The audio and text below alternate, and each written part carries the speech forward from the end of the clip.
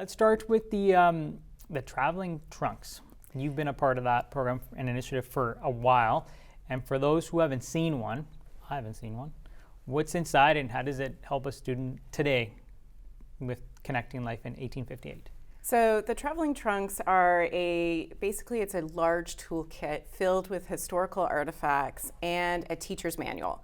So the teacher's manual, we put everything in from lesson plans, worksheets, rubrics, and answer keys to help a teacher, whether that's in the classroom or homeschool, to bring history to life by actually working with tactile, real objects. So you can see biographies of these people and then look at pictures and hold an actual lantern or hold a pipe wrench to understand the weight of history and the tools that they use. So it's making history visible and tactile.